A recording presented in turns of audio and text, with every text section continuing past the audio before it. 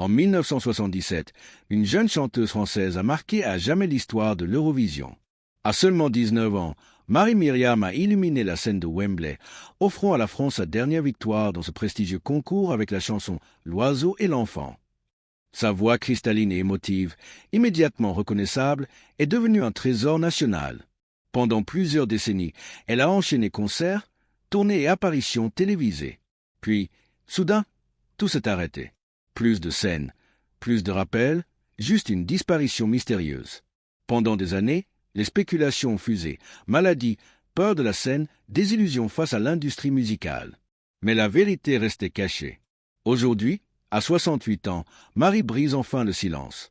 Elle raconte la nuit où elle a perdu non seulement son mari, mais aussi toute envie de chanter.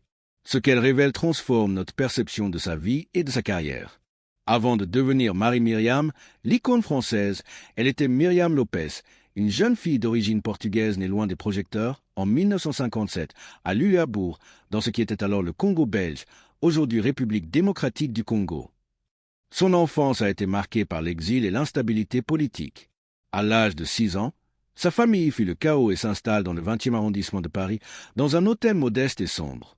Plutôt que de se laisser abattre, ses parents transforment ce lieu en un petit restaurant portugais, le Ribaggio, qui devient un refuge pour les âmes nostalgiques. C'est là, parmi les sons mélancoliques du fado et la musique de l'exil, que Myriam découvre sa voix. Elle chante en silence, encore enfant, sans savoir qu'un jour elle porterait cette voix devant des millions de spectateurs. C'est dans ce cadre modeste que le compositeur Jean-Paul Cara l'entend pour la première fois. Il n'était pas à la recherche d'une star, mais ce qu'il perçut était unique, une pureté et une sincérité exceptionnelles. Il la présente au parolier Joe Grassi, et ensemble ils donnent vie à ce qui deviendra L'Oiseau et l'Enfant, une chanson poétique délicate, presque trop fragile pour un concours comme l'Eurovision. Malgré les doutes, le label Polydor accepte de publier un simple en avril 1977. Myriam, désormais sous le nom de scène Marie-Myriam, s'apprête à gravir les marches de la gloire. Le 7 mai 1977, elle monte sur la scène du Wembley Conference Centre à Londres. Passant en dernier, son cœur bat la chamade, ses mains tremblent, sa voix s'est légèrement brisée lors des répétitions. Mais lorsque le silence s'installe et qu'elle commence a cappella, chantant les premières notes seules, c'est comme si le temps s'arrêtait. La chanson, symbole d'innocence, de liberté et de beauté, devient une prière. Au terme du vote, la France remporte la victoire, devançant le Royaume-Uni et l'Irlande. Ce succès aurait pu propulser Marie vers une gloire internationale, mais elle choisit un chemin différent. Simplicité, stabilité et amour. Moins d'un an plus tard, elle rencontre Michel Elmonino, futur producteur et grand amour, qui deviendra l'élément central de sa vie et de sa carrière. Ensemble, ils construisent un univers discret, fondé sur le respect, le soutien mutuel et la fidélité. Cette introduction plante le décor. De la petite fille portugaise dans un hôtel parisien à la jeune star de l'Eurovision, puis à la femme qui a choisi l'amour et la famille plutôt que la lumière des projecteurs. Elle annonce également le cœur de l'histoire, le silence de Marie pendant des années et le poids d'une perte dévastatrice. L'enfance et les racines de Marie-Myriam. Avant que Marie-Myriam ne devienne un nom connu dans toute la France, avant que sa voix cristalline ne résonne sur les scènes européennes, elle était simplement Myriam Lopez, une petite fille née loin du glamour et des projecteurs. En 1957, dans la ville de Luapula, au Congo belge, aujourd'hui République démocratique du Congo, elle voit le jour dans une famille d'origine portugaise. Ces années-là sont tumultueuses, marquées par les bouleversements politiques et sociaux qui agitent le continent africain à l'approche de la décolonisation. Ses parents, à la recherche d'un avenir plus sûr et plus stable, s'étaient installés au Congo, espérant construire une vie meilleure. Mais comme beaucoup de familles à cette époque, ils se trouvent rapidement confrontés à l'instabilité et à l'incertitude. En 1963, lorsque Myriam n'a que 6 ans, la famille prend la décision difficile de fuir le chaos et de s'installer en France. C'est un bouleversement complet.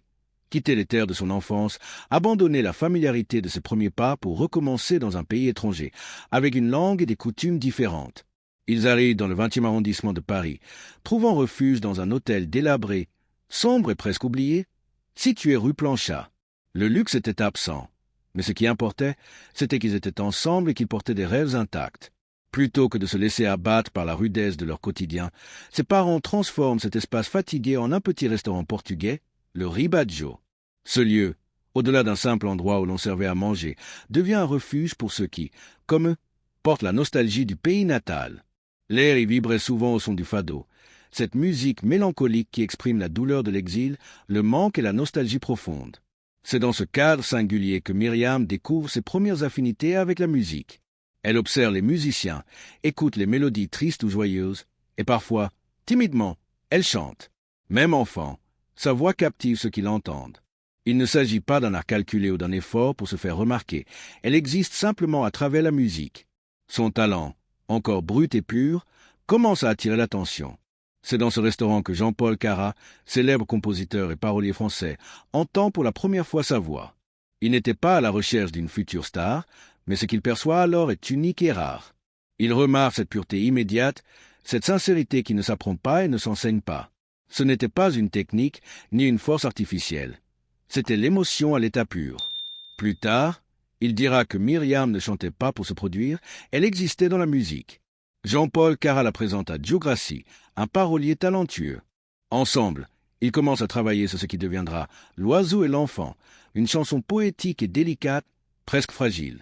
Beaucoup doutent de sa viabilité pour un concours comme l'Eurovision. La chanson est subtile, loin des airs commerciaux et tapax en grave-l'œil qui dominent souvent ce type d'événement. Mais Polydor, prenant un risque, décide de publier un simple en avril 1977. Pendant ces années, Myriam grandit entre les mélodies du fado, les plats servis dans le ribaggio et l'ambiance particulière d'un hôtel transformé en foyer musical. Elle absorbe tout, la culture portugaise, l'expérience de l'exil, la discipline de ses parents qui travaillent sans relâche pour maintenir leur petit coin de paradis. Cette enfance, faite de simplicité et de résistance, façonne son caractère. Elle apprend la patience, le respect du travail, mais aussi la puissance d'une voix qui peut toucher profondément. Les journées passent entre l'école, le restaurant et les répétitions improvisées. Sa famille reste soudée et chaque succès ou difficulté est partagé. Même si le monde extérieur semble vaste et intimidant, elle trouve dans ce cocon familial un équilibre qui deviendra plus tard la base solide sur laquelle sa vie et sa carrière s'appuieront. Ainsi, avant que les projecteurs de Wembley ne brillent sur elle, avant que son nom soit acclamé par des millions de téléspectateurs, Myriam Lopez est une enfant qui chante pour le simple plaisir de chanter, entourée d'une famille aimante, dans un Paris modeste mais vivant. Ses racines portugaises, l'expérience de l'exil et la musique du ribaggio forgent une sensibilité particulière, un mélange de nostalgie et d'aspiration, de rêve et de réalité. Ce mélange unique prépare le terrain pour la naissance de Marie-Myriam, la voix qui portera bientôt la France à la victoire sur la scène européenne. L'ascension vers la gloire et l'Eurovision. Après avoir grandi dans l'atmosphère chaleureuse mais modeste du restaurant familial, Myriam Lopez découvre peu à peu que sa voix peut toucher bien au-delà des murs de sa maison. C'est à travers le hasard et le destin qu'elle rencontre Jean-Paul Cara, compositeur français, qui perçoit immédiatement le potentiel unique de cette jeune fille encore timide mais déjà profondément expressive. Ce n'est pas une question de technique ou de show business, mais de pure émotion. Chaque note qu'elle prononce contient une sincérité brute que personne ne peut ignorer. Jean-Paul Cara décide de la présenter à Joe Grassi, parolier et créateur de textes poétiques. Ensemble, ils commencent à travailler sur une chanson qui allait devenir emblématique, L'Oiseau et l'Enfant. La chanson, délicate et presque fragile, parle d'innocence, de liberté et de l'enfance, des thèmes universels qui transcendent les frontières. Beaucoup étaient sceptiques. Ce style subtil et poétique semblait presque inadapté à l'Eurovision, un concours souvent dominé par des airs plus flamboyants et spectaculaires. Mais pour Cara et Grassi, la voix de Myriam et la mélodie de leur création formaient un tout cohérent, une harmonie capable de toucher les cœurs. Polydor, le label qui accepte de prendre le risque, publie un simple en avril 1977. La jeune Myriam adopte alors son nom de scène, Marie-Myriam. Elle n'a que 19 ans, mais elle est déjà prête à affronter le monde de la musique, forte d'une voix pure et d'une sensibilité hors du commun. La scène de Wembley Conference Centre, à Londres, l'attend. C'est là, le 7 mai 1977, qu'elle représentera la France pour la 22e édition du concours Eurovision de la chanson. La pression est immense. Passant en dernière position, elle doit clôturer la soirée devant un public international et des millions de téléspectateurs. Les répétitions ont été difficiles. Sa voix s'est légèrement brisée, ses mains tremblent et les problèmes techniques affectent même les costumes des choristes. Pourtant, malgré la panique et les imprévus, le moment où elle doit chanter approche. Et c'est dans le silence que tout devient possible. Marie-Myriam commence son interprétation a cappella. Les premières notes, seules et vulnérables, flottent dans la salle comme un souffle fragile mais déterminé. L'Oiseau et l'Enfant n'est plus seulement une chanson, c'est une prière, un symbole de liberté et d'innocence. L'oiseau, imaginaire et pourtant tangible dans les paroles, incarne la beauté simple de la vie et la pureté des rêves d'enfant. La performance, fragile mais intense, capte l'attention de tous, fascinant le public et les jurys. Lorsque les votes tombent, la France remporte la victoire. Marie-Myriam devance le Royaume-Uni et l'Irlande, offrant à son pays sa dernière couronne Eurovision. Mais contrairement à d'autres artistes qui auraient pu embrasser une gloire mondiale immédiate, Marie choisit un chemin différent. Elle rentre en France, épuisée mais humble, vivant toujours modestement, et pourtant déjà gravée dans le cœur de millions de Français. Sa voix, son émotion et sa simplicité ont créé un lien rare et durable avec le public. Cette victoire aurait pu être le tremplin vers une carrière internationale effrénée, mais Marie fait un choix surprenant. Elle refuse les projecteurs à outrance, privilégiant la stabilité et la vie de famille à la célébrité. Moins d'un an plus tard, elle rencontre Michel Elmonino, un homme qui deviendra non seulement son producteur, mais aussi son grand amour. Michel n'est pas un simple partenaire professionnel. Il devient le pilier de sa vie, celui qui comprend et soutient chaque aspect de son parcours artistique et personnel. Leur relation, discrète et solide, contraste avec le tumulte et le strass du monde musical. Le duo construit ensemble un équilibre rare dans l'industrie. Marie apporte sa voix et son émotion, Michel sa stabilité, son sens de la production et sa vision artistique. Il n'est jamais dans l'ombre par hasard. Il est l'architecte silencieux de ses succès, mais surtout l'homme avec qui elle partage sa vie, ses choix et ses défis. Leur complicité se manifeste dans chaque décision, du choix des chansons à l'organisation des tournées, jusqu'au soutien constant face aux pressions médiatiques et aux exigences de la carrière musicale. Le succès de L'Oiseau et l'Enfant est plus qu'une simple victoire musicale. Il symbolise la rencontre entre un talent pur et une équipe qui croit en lui.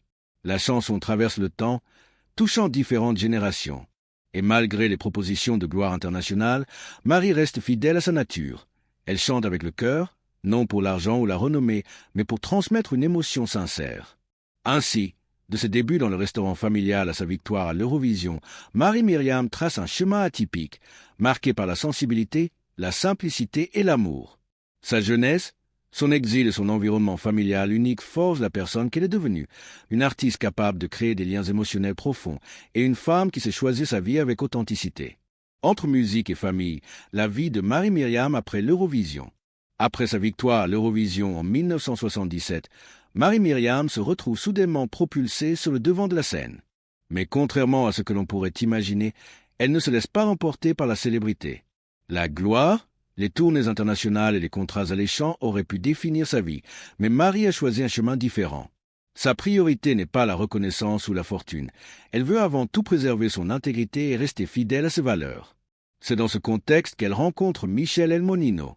Nous sommes en 1978, un an après la victoire de Marie, alors que sa carrière est en plein essor. Michel, directeur artistique expérimenté chez Polydor, a déjà plus de 10 ans d'expérience dans le milieu musical. Calme, posé et doté d'un œil averti pour les talents, il remarque immédiatement Marie, mais pas seulement comme une artiste à promouvoir. Il voit la profondeur de sa sensibilité, la pureté de sa voix et la sincérité qui se dégage d'elle. Leur relation commence par un partenariat professionnel. Michel produit ses premiers titres, veille à ce que sa musique reste authentique et protège son intégrité artistique face aux pressions de l'industrie. Il ne cherche pas la célébrité facile ni le succès commercial à tout prix.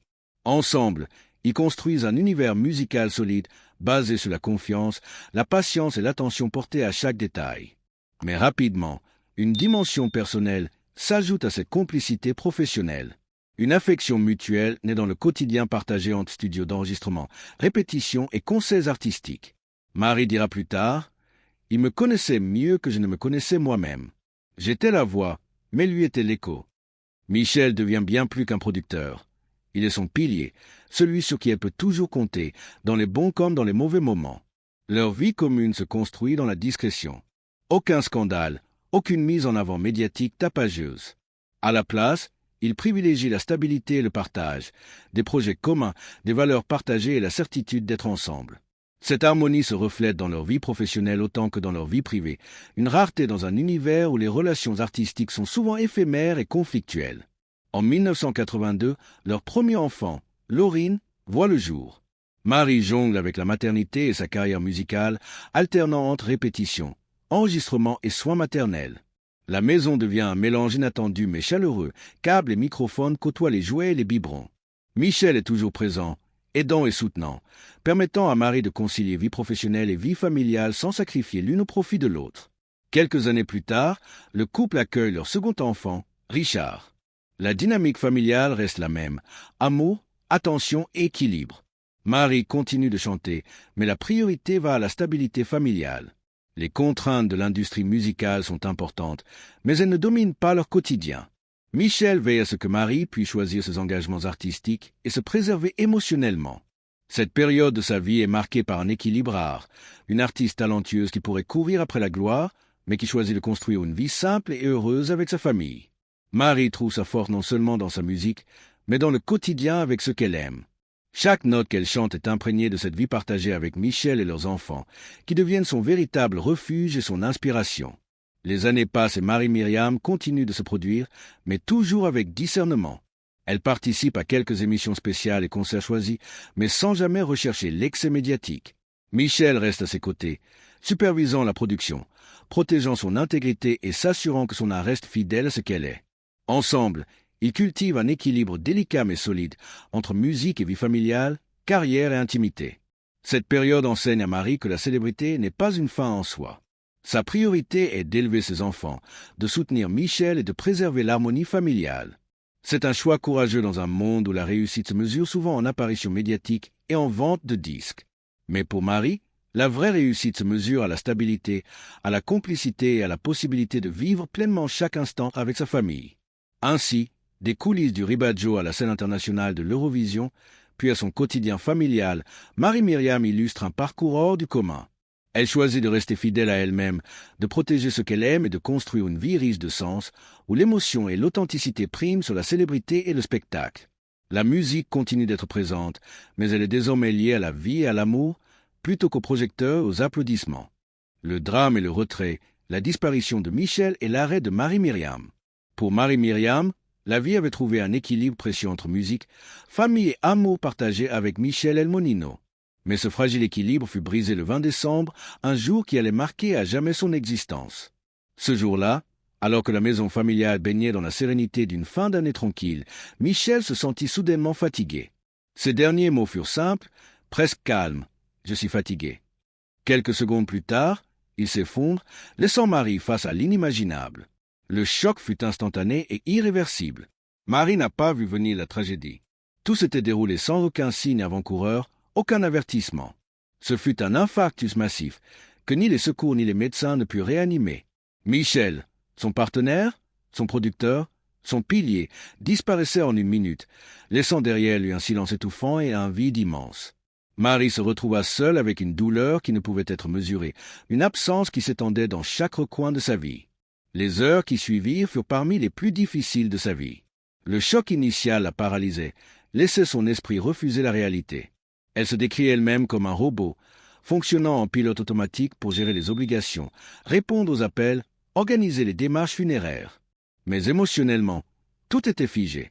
La musique, qui avait toujours été son refuge, devient soudainement impossible à approcher. Chaque note, chaque parole lui rappelait Michel, et l'absence de sa présence rendait l'idée même de chanter insurmontable. Annoncer la nouvelle à ses enfants fut un autre moment de profonde épreuve. Laurine et Richard, bien que adultes, étaient dévastés par cette perte. Marie refuse de leur transmettre la nouvelle par téléphone, désirant être présente pour eux, pour les soutenir et les entourer. Elle savait que ces mots allaient bouleverser leur vie à jamais, et le poids de cette responsabilité était presque insupportable. C'était une épreuve où l'amour et la douleur se mêlaient de manière indissociable. Michel fut enterré dans sa ville natale, Rabat, un geste symbolique pour respecter ses racines. Pour Marie, c'était un acte instinctif, mais chargé de signification. Perdre Michel n'était pas seulement perdre un mari, c'était perdre un pilier, un guide, un partenaire dans chaque aspect de sa vie. Pendant 35 ans, ils avaient construit une existence commune, une œuvre artistique et un monde personnel, basé sur la confiance et la complicité. Sa disparition transforma tout ce qu'elle connaissait en un silence écrasant. Dans les mois qui suivirent, Marie se retrouva confrontée à un vide immense. Elle décrit ces moments comme un fonctionnement automatique, avançant sans réellement vivre, répondant aux obligations du quotidien sans ressentir la musique. Ce silence, laissé par Michel, l'accompagnera pendant 10 longues années, transformant chaque scène, chaque studio et chaque performance en un lieu hanté par l'absence. La scène, autrefois refuge et espace de partage, devient un endroit trop chargé émotionnellement pour qu'elle puisse y retourner. La décision de se retirer de la scène ne fut ni un acte impulsif, ni une conséquence de fatigue professionnelle. C'était un choix mûrement réfléchi, dicté par le besoin de préserver son intégrité émotionnelle et de respecter le lien qu'elle avait perdu. Les invitations continuent d'affluer, les festivals insistent, les émissions spéciales et commémorations de l'Eurovision souhaitent sa présence. Mais Marie décline poliment chaque proposition, conscient que chanter sans Michel reviendrait à briser le lien sacré qu'ils partageaient sur scène. La musique, pour elle, n'est plus seulement un art ou un métier. Elle est devenue intimement liée à Michel. Sa présence, ses conseils, son soutien constant étaient indispensables à chaque performance. Lorsqu'elle déclare qu'elle ne peut plus chanter, elle ne parle pas de tristesse simple, mais d'un amour devenu inséparable de sa voix. Cette perte transforme son art en souvenir, et chaque tentative de revenir sur scène s'accompagne du poids insurmontable de l'absence de celui qui était son écho, son guide et son complice. La vie quotidienne reprend doucement son cours, mais avec un rythme différent. Marie se concentre sur sa famille, sur la présence auprès de ses enfants, et sur la construction d'une existence où chaque petit moment prend une signification nouvelle. Elle trouve dans ces instants de simplicité et d'attention partagée la force de continuer. Les souvenirs de Michel restent omniprésents, mais la douleur devient progressivement un moteur pour une reconstruction intérieure, un chemin vers une vie moins publique mais profondément significative. Marie-Myriam choisit ainsi de se retirer du monde des projecteurs. Cette décision, empreinte de courage et de dignité, est également un hommage à la relation unique qu'elle avait avec Michel. La scène, autrefois lieu de communion et de partage, devient un sanctuaire de souvenirs où l'absence se fait sentir à chaque note, chaque lumière, chaque regard du public. Les applaudissements, aussi nourrissants soient-ils, ne peuvent remplacer le pilier qui était Michel à ses côtés. Le retour discret, reconstruction et nouvelles priorités. Après la perte dévastatrice de Michel, la vie de Marie-Myriam prend un tournant radical. La scène, autrefois refuge et lieu d'expression, devient un espace trop chargé émotionnellement. Pendant plusieurs années, elle reste dans l'ombre, ne participant à aucun concert, évitant les projecteurs et se concentrant entièrement sur sa famille et ses enfants, Laurine et Richard. La musique, qui avait toujours été son souffle et son moteur, se transforme temporairement en mémoire douloureuse, chaque note résonnant avec l'absence de Michel. Pourtant, malgré la douleur et le vide, une part d'elle aspire à renouer avec ce qui a défini une partie de sa vie. L'invitation à participer à une émission spéciale, acceptée des mois auparavant, devient l'occasion inattendue de se confronter à son passé et à ses émotions. Nous sommes en janvier 2014 et Marie réalise seulement quelques jours avant la diffusion qu'elle doit se produire. Elle pourrait se désister, ce que tout organisateur aurait compris, mais elle choisit d'honorer cet engagement. Une partie d'elle veut se prouver qu'elle peut encore chanter, qu'elle peut affronter les souvenirs et la scène, même si cela signifie se confronter à la douleur. Les coulisses de cette apparition ressemblent étrangement à celles d'antan. Les lumières des loges, les préparatifs, les répétitions techniques. Tout semble familier, mais l'absence de Michel est tangible. Aucun regard complice pour la guider, aucun conseil rassurant à ses côtés. Elle est seule sur scène, mais plus que jamais consciente de ce que chaque note représentait lorsqu'il était là. Dès les premières mesures, la réalité la rattrape. La gorge se serre, les sanglots menacent, et la voix, bien que toujours puissante et pure, se brise sous le poids de l'émotion. Le public ressent immédiatement cette fragilité et ce chagrin. Un silence profond envahit la salle, ponctué par quelques larmes visibles chez les spectateurs. Chaque mot, chaque note devient une déclaration d'amour silencieuse, non seulement envers Michel, mais envers toute sa carrière, toute sa vie musicale. Elle chante pour lui autant que pour le public. Et à la fin de la performance, elle ne se tourne pas vers les applaudissements. Elle ne fait pas de révérence. Elle se tourne simplement vers son fils Richard et murmure « C'est le dernier. Je ne peux plus monter sur scène comme ça. » Et voilà, c'était l'histoire incroyable de Marie-Myriam, la voix qui a marqué l'Eurovision et le cœur de millions de Français. Microphone cœur brisé. De ses débuts modestes à la gloire internationale, jusqu'au silence imposé par la perte de Michel, on découvre qu'au-delà des projecteurs, c'est l'amour, la famille et la résilience qui façonnent vraiment une vie. Si cette histoire vous a touché, n'hésitez pas à laisser un commentaire, à liker la vidéo et surtout à vous abonner pour découvrir d'autres récits vrais et émouvants derrière les voix que l'on croit connaître.